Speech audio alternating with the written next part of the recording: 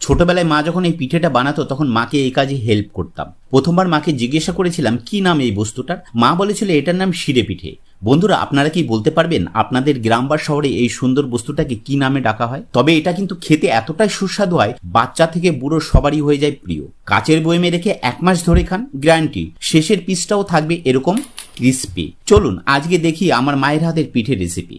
প্রথমে ময়দার সঙ্গে তেল নুন দিয়ে ময়ম করে এরকম একটা শক্ত টাইপের ডো বানিয়ে রেস্টে রেখে দিন। এবার পুর বানানোর জন্য একটা নারকেল কুড়া, আধা কাপ চিনি আর একটু গুড় দিয়ে মিডিয়াম ফ্লেমে 15 মিনিট কুক করলে দেখবেন পাক ধরে এসেছে। তখন এলাচের গুঁড়ো দিয়ে নামিয়ে নিন। হালকা গরম গরম থাকা অবস্থায় এরকম সাইজের শেপ করে রেখে দিন। এবার ময়দার ডো থেকে লেচি কেটে পাতলা করে একটা চাদর বানান। নারকেলের পাকানো পুর একটা কোনায় রেখে চাদর দিয়ে এরকম ভাবে মুড়ুন আর একটু চেপে দিন। এবার এরকম রাউন্ড শেপের কোনো ঢাকনা, বাটি বা গ্লাস দিয়ে চাপুন, ঠিক এরকম শেপের তৈরি হবে।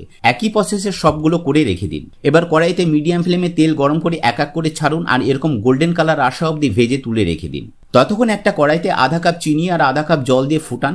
যখন মোটা একতার বা এরকম কনসিস্টেন্সি আসবে তখন ওর মধ্যে ভেজে রাখা পিঠেগুলো দিয়ে নাড়ুন। দেখবেন চিনির রস পুরোটা এরকম ভাবে পিঠের সঙ্গে লেগে গেছে। দেখুন কি সুন্দর লাগছে দেখতে, মনে হচ্ছে এক্ষুনি তুলে খেয়ে নি। এবার একটা পাত্রে নামিয়ে গরম গরম খান বা ঠান্ডা করে বয়মে রেখে 1 মাস ধরে খান, গ্যারান্টি এর স্বাদ, গন্ধ আর ক্রিস্পিনেস অনবদ্য। কিন্তু দুঃখের বিষয় এই পিঠে বয়মে ঢোকানোর আগে হাফিস হয়ে যায়, সেটা একবার করলেই বুঝতে পারবেন।